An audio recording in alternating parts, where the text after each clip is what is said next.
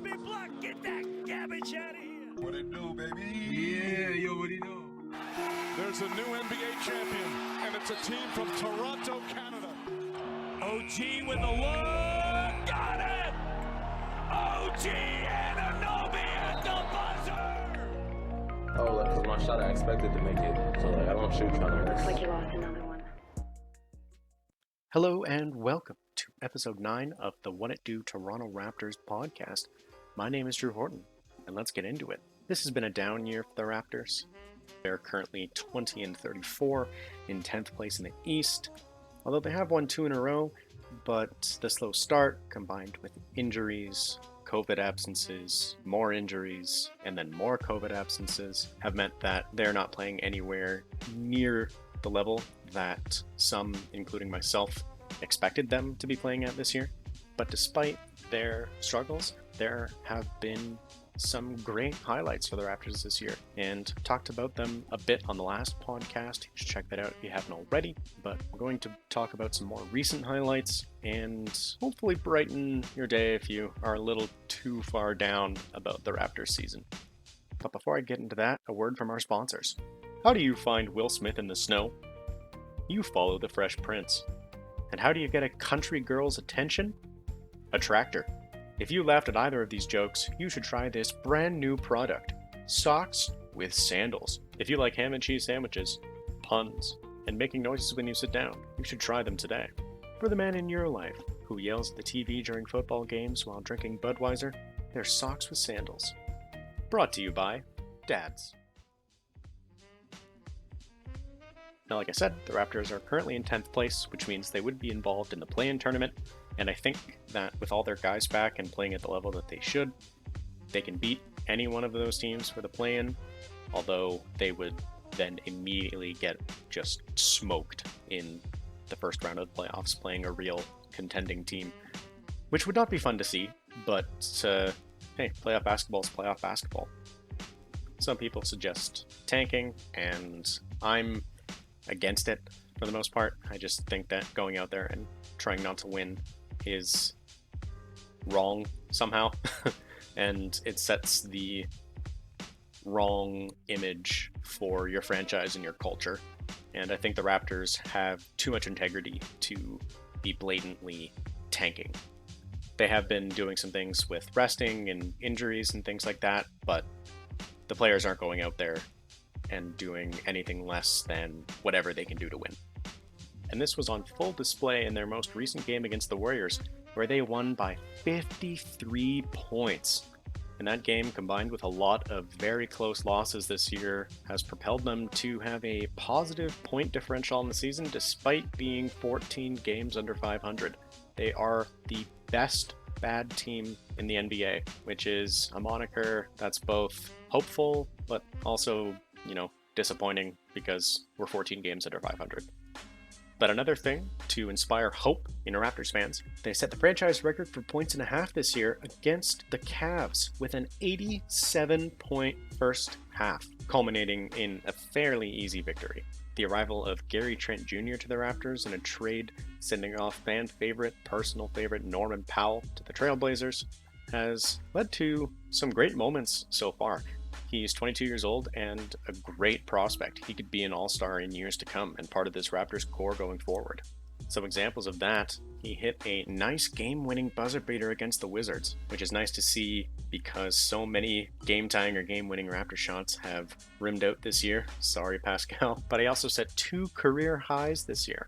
First, he got a low 30-point game earlier in the season, and just recently, in that Cavs game, he went for 44 points on 17 of 19 from the field. That is a just absurd shooting night. The night was so good that it was historic, in fact. There are only 3 players in history, including now Trent Jr., that have scored 44 or more points on 89% or more shooting in NBA history.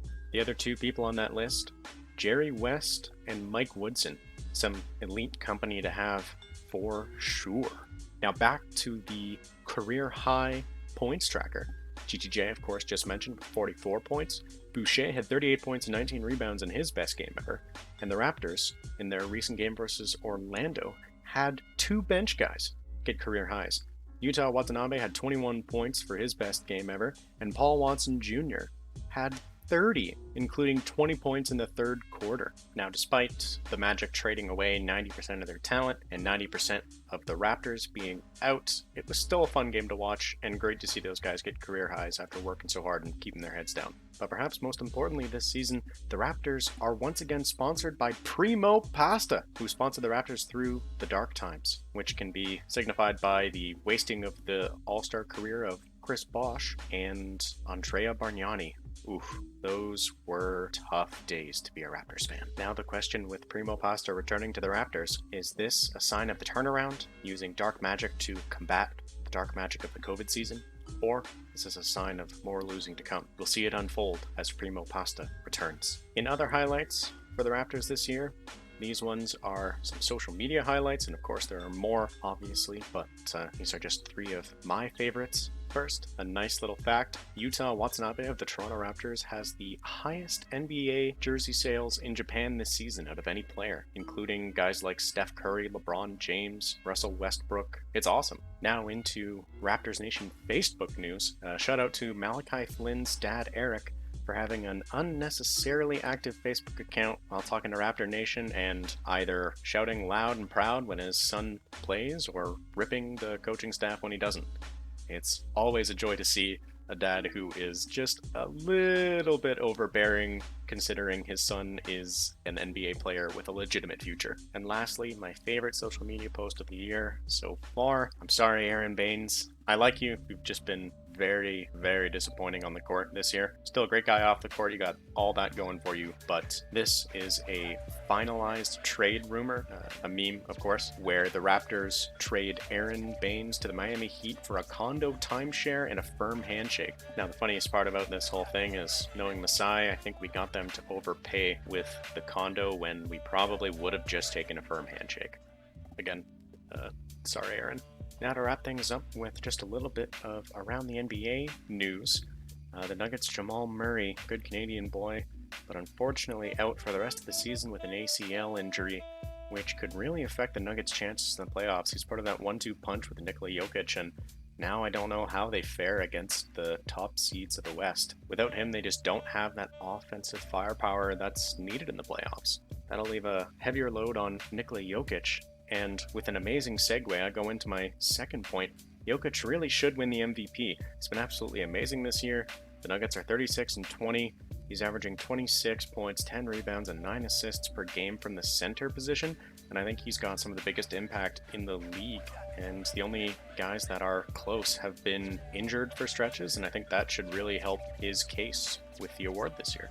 Now, unfortunately, another big injury happened recently. Donovan Mitchell is out with an unknown time frame due to an ankle sprain, and that could really affect their seeding in the West, because he's sort of their leading player and their leading scorer, definitely. And they're in first now, but they could easily fall if they don't remain in top shape, which could be disastrous, because in the West, that first round is rarely a gimme, and to be in first and play a 500 team is huge for your rotations, your rest, and your confidence going forward in the playoffs. And speaking of the playoffs, wow, my segues are on fire today. The Knicks are back.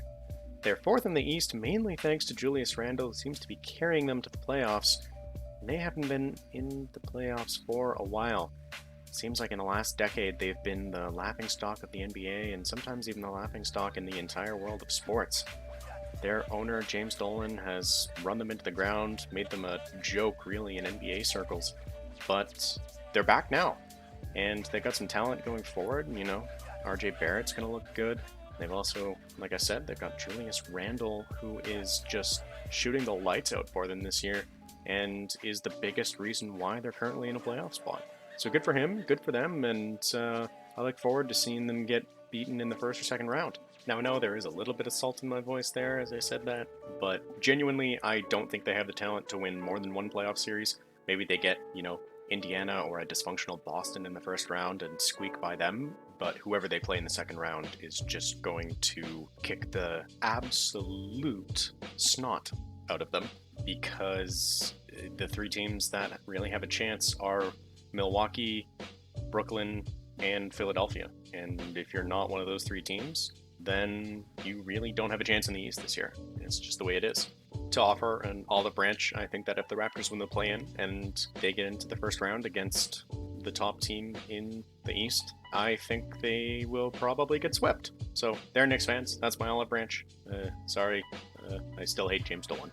And that's it. Thanks for listening to episode 9 of the What It Do Toronto Raptors podcast. I was off on a bit of a hiatus there, but I aim to start making these a little more regularly now, and hopefully you guys are enjoying them. Well, that's it for this episode. Thank you for listening, and this is Drew Horton signing off. Peace!